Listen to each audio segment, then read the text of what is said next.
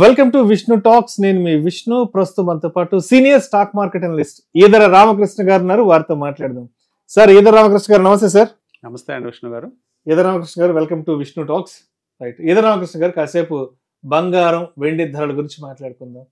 బంగారం ఏమో 24 క్యారెట్లు మేలిమి బంగారం 83,000 రూపాయలకు వచ్చింది. సిల్వర్ ఏమో మొన్న ఈ మధ్య వరకు ₹1,00,000 వరకు వెళ్ళింది. ప్రస్తుతానికేమో 94,000 95,000 ఆ ప్రైస్ వద్ద ట్రేడ్ అవుతుంది. సో ఎందుకు మళ్ళా పెద్ద ఎత్తున బంగారం ధరల్లో ఒక 4-5 రోజుల నుంచి పెద్ద ఎత్తున కదలికలు కనిపిస్తున్నాయంటారు అసలు? మెయిన్గా మనము ట్రంప్ ఎలక్ట్ అయిన తర్వాత ట్రంప్ చేసే హడావుడి మనం చూసినప్పుడు పర్టికులర్గా కొన్ని దేశాలు నేను కొనేసుకుంటాను మాట్లాడే మాటలు జనరల్గా ఆయన చేసే ఇంకా మొదలవలేదు. ట్వీట్స్ మొదలవుతాయి. ఇంకా ట్వీట్స్ మొదలైన తర్వాత ఇంకా బాగుంటుంది. వాలటిలిటీ పెరుగుతుంది అన్ని అసెట్ క్లాసెస్కి. పర్టికులర్గా కొన్ని దేశాలను నేను తీసేసుకుంటాను ఇట్లా ఏదో ఒక మాటలు చెప్పడంతో జనరల్గా ఏమవుతుందంటే ఫీర్ వస్తుంది మార్కెట్లో. మార్కెట్ ఎప్పుడు కూడా అన్సర్టనిటీ ఉన్నప్పుడు గోల్డ్ ప్రైసెస్ పెరుగుతాయి. ఏం జరగబోతుంది ఒక ఆందోళన.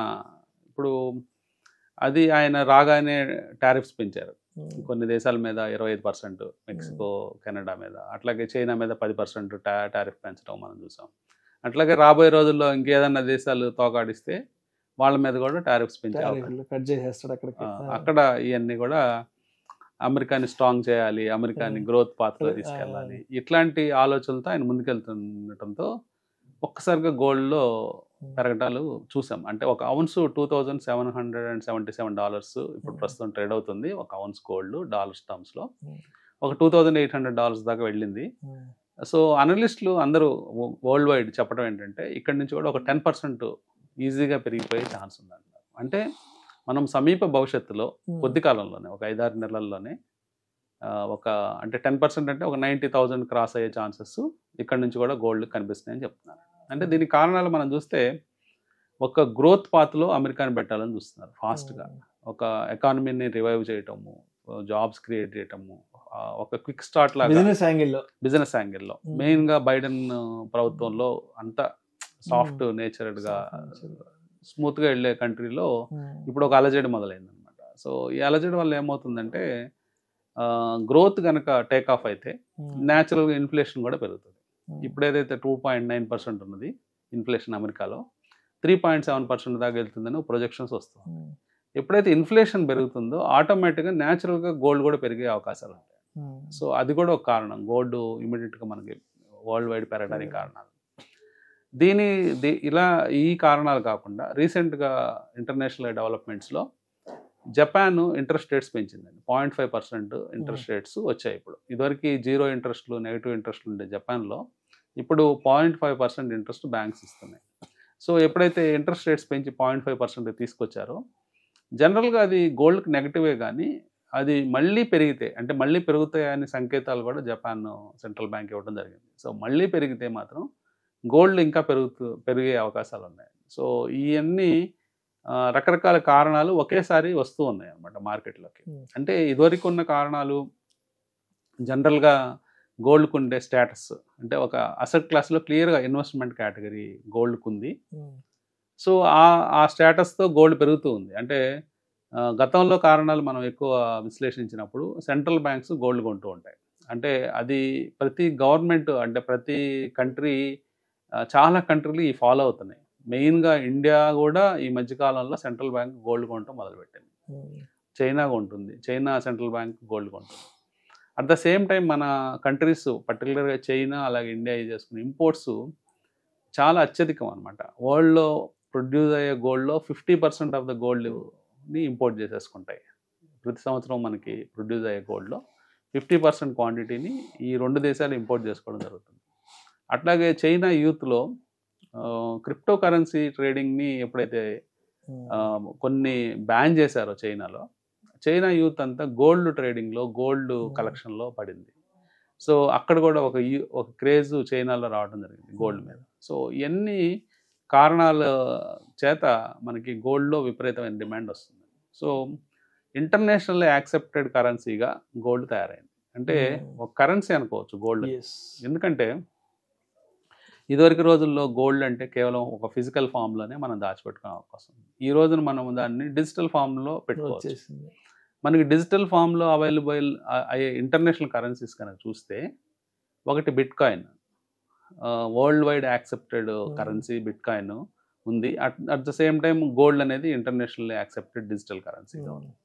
సో ఎప్పుడైతే డిజిటల్ ఫామ్లో ఉంది, ఫిజికల్ ఫామ్లో ఉంది, సెక్యూర్గా ఉంది, అట్లాగే ఇన్ఫ్లేషన్ బీట్ చేసే రిటర్న్స్ ఇస్తుంది గోల్డ్. మనం చూస్తే లాస్ట్ 20 yearsలో మనం చూసినప్పుడు చాలా మంచి రిటర్న్స్ గోల్డ్ ఇవ్వడం జరిగింది. ఒక 20 years బ్యాక్ 8-9,000 ఉండే గోల్డ్ ఇప్పుడు 10 బ్యాగర్ అయింది, అంటే 10 times పెరిగింది.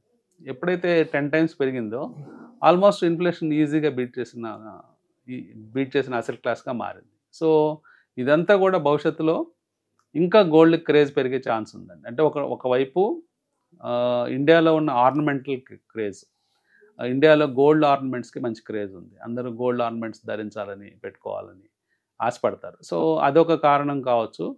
అట్లాగే ఒక అసెట్ క్లాస్కు కూడా అది మనల్ని సేవ్ చేస్తుంది.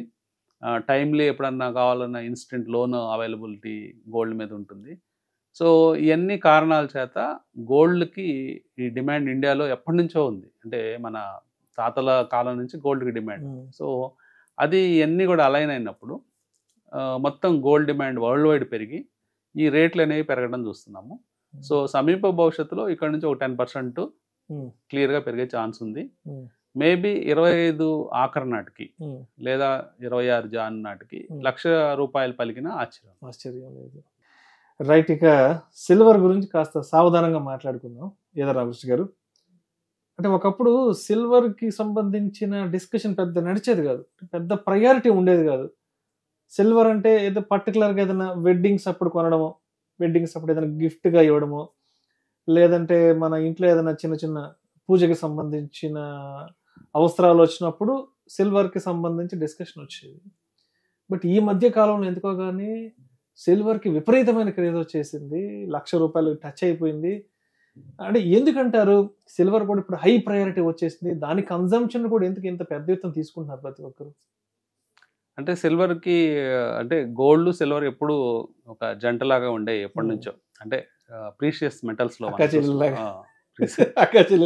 కానీ సిల్వర్కి గతంలో చూసినప్పుడు ఒక 10-15 ఏళ్ల క్రితం బాగా ర్యాలీ జరిపింది.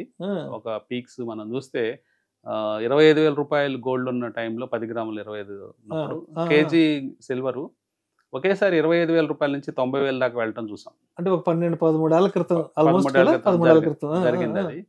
సో దాని తర్వాత మళ్ళీ సిల్వర్కి కొంత క్రేజ్ తగ్గడం, గోల్డ్ కంటిన్యూస్గా గోల్డ్ పెరగడం మనం చూసాము.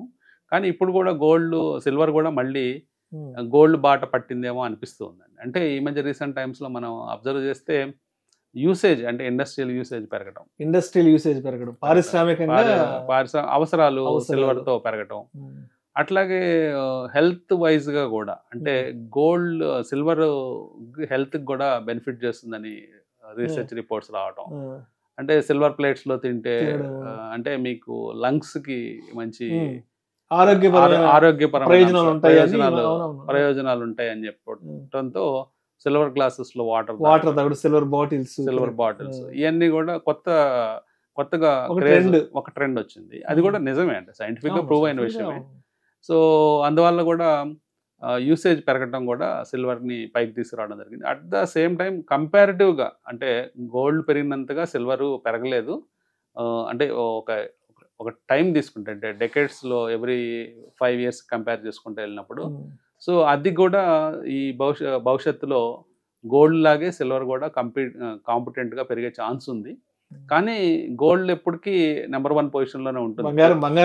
బంగారమే పెరుగుదలలో దాని గ్రోత్ని సిల్వర్ బీట్ చేయలేకపోవచ్చు. కానీ అంటే దగ్గరగా, అంటే సపోజు అది ఒక 10 points పెరిగితే ఇది ఒక 2 points అయినా పెరిగే ఛాన్స్ ఉంది. కానీ స్టిల్ ఎవరైనా ఇన్వెస్ట్ చేసే వాళ్ళు, మనకి ఇప్పుడు సిల్వర్ డిజిటల్ ఫామ్లో ఉంది, మనకి ఈటీఎఫ్స్ కానీ ఇవన్నీ ఉన్నాయి. డిజిటల్ ఫామ్లో కూడా మనము సిల్వర్ కొనుక్కోవచ్చు కావాల్సిన విధంగా.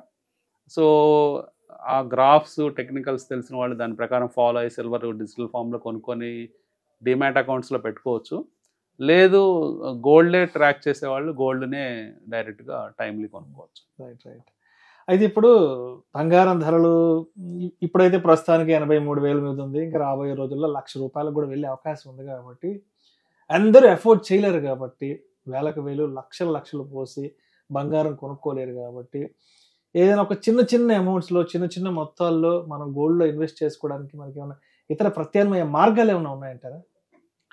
ఉన్నాయండి. అంటే మనకి ఇప్పుడు ఈటీఎఫ్స్ అని ఉంటాయి, ఎక్స్చేంజ్ ట్రేడెడ్ ఫండ్స్ అని ఉంటాయి. ఎక్స్చేంజ్ ట్రేడెడ్ ఫండ్స్లో మనకి సిల్వర్లో 1 గ్రాము సిల్వర్ కొనుక్కోవచ్చు. మన డిమాట్ అకౌంట్ 1 గ్రామ్ వెళ్ళిపోతుంది.